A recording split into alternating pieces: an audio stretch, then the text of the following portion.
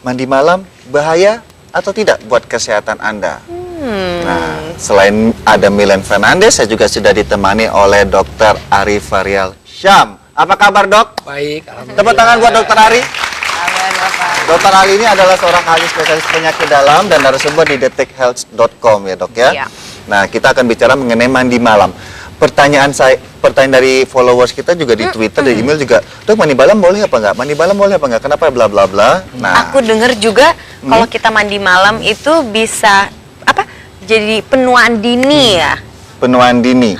Jadi Bias- cepet kulitnya cepet kering.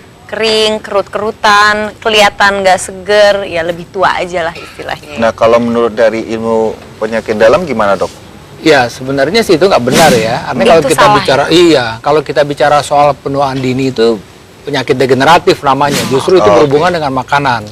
Tapi kalau mandi itu justru kan membuat kulit kita itu, kalau kita udah mandi kan kulit kering ya. Iya. Justru kering nanti malah jadi kusam segala macam. Justru mandi itu akan membuat kulit itu menjadi cerah. Saya rasa sih itu. Berarti Jadi tergantung justru dari kalau misalnya mandi malam itu sebaiknya milihnya airnya yang hangat atau yang dingin untuk supaya mencegah kulit tidak kering gitu. Betul, itu yang emang menjadi masalahnya. Jadi kalau dampaknya kalau memang air itu dingin, memang pertama kalau dia mempunyai alergi ya, dasar alergi pilek, flu, itu akan menginjus flu pileknya tadi. Oke. Nah, kemudian juga kalau itu misalnya juga dingin, itu pada orang-orang tertentu yang memang sudah ada bakat untuk terjadinya suatu radang sendi, itu akan mencetuskan radang sendi tersebut. Oh, contohnya maaf, Dok, kayak punya rematik gitu ya, Ya. penderita rematik berarti itu dilarang untuk mandi malam dengan air dingin, bukan Ya. dilarang mandi malam. Tapi rematik yang artinya memang radang sendi. Kadang-kadang kan di Oke, awam ya, rematik itu banyak, ya. rematik itu banyak Iya. ya karena asam urat Iya. ya, karena memang penyakit radang ya, radang kronis atau karena pengapuran, kropos, itu sebenarnya bagian dari penyakit rematik. Tapi yang topik kita bicarakan di sini itu kalau memang ada radang sendi, dengan dia mandi dingin itu akan Iya. menginjus justru timbul nyeri tersebut begitu. Oke, Jadi memang seperti itu. sebaiknya air hangat memang itu. Tapi tentu mesti dilihat juga kalau terlalu panas ya Kalau kulit panas jadi banget, menjadi iya, kering jadi tadi. Malah Kebalikannya. malah kering ya. nanti. Ya tergantung juga sabun yang digunakan Ya, itu pasti iya. ya. betul. Jadi banyak faktor. Milen, Kalau aku pernah dengar kalau mandinya terlalu malam, kayak udah larut malam, kira-kira Di atas jam jam 12 malam gitu. Katanya nggak bagus ya untuk badan Iya. sendiri. Ya sebenarnya Nggak tahu dari faktor Betul, apa ya, jadi- kesehatan apa. nggak, sebenarnya kan kalau sebenarnya nih kalau kita ya dengan aktivitas berat itu emang usahakan jangan tidur lebih dari jam 12 malam. Iya. Itu ada faktor-faktor lain lagi.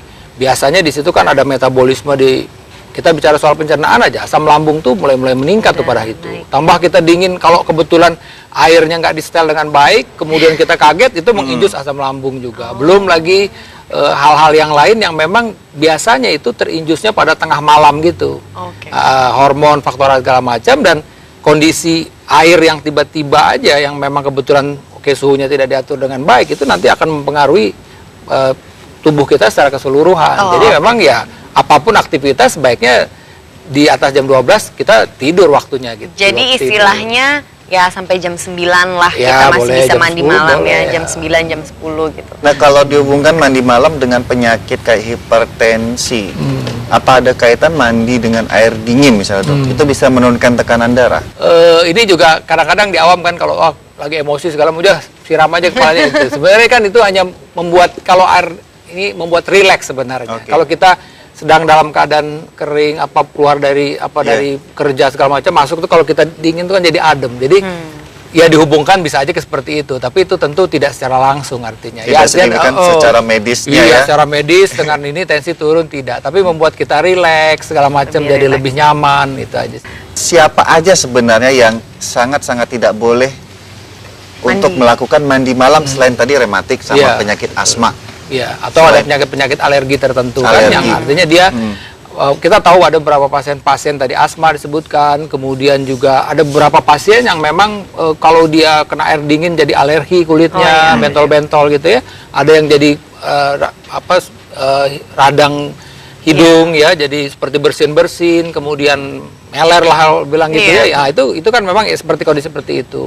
Kemudian juga orang tua, saya rasa juga tentu tidak dianjurkan ya orang tua, karena belum lagi dia bicara soal berbagai macam penyakit yang dia alami, kondisi mandi apalagi tidak ditemani dalam kondisi malam. Jadi hal-hal yang teknis lah, artinya sebenarnya yang kondisi itu yang nanti akan menyebabkan berbagai kondisi lain itu timbul gara-gara mandi malam. Karena imun sistemnya juga maksudnya lebih lemah lah daripada yang sudah tua ya.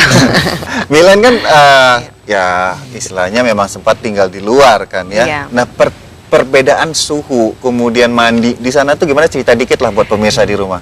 Mandi itu ya males. Seminggu sekali, sebulan sekali? Oh enggak, kalau aku enggak. Aku ke bawah Indonesia jadi mandi setiap hari, dan teman-teman aku, kamu kenapa mandi setiap hari? Ya emang mandi kan setiap hari. Nah mereka bisa mandi yang setiap 2 hari sekali, apa 3 hari sekali, apa 1 minggu sekali, bisa juga. Itu ada berkaitan dengan masalah kayak produksi keringat juga kali Dok, karena suhu di sana ya. Jadi mereka tidak ingin mandi karena merasa tidak bau atau enggak, kulitnya juga ada banyak yang berpenyakit neurodermitis sih kayaknya namanya. Kalau di Jerman aku nggak tahu.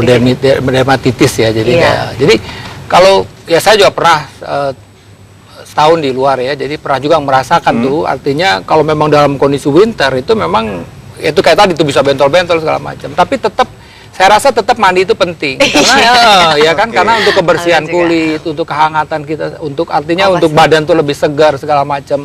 Beberapa penderita seperti asma, alergi yang ingin bukan apa ya, tapi dia adalah pekerja, apalagi mungkin shift malam, harus pulang sampai di rumah jam 12 malam, itu mensiasati untuk mandi malamnya gimana Dok?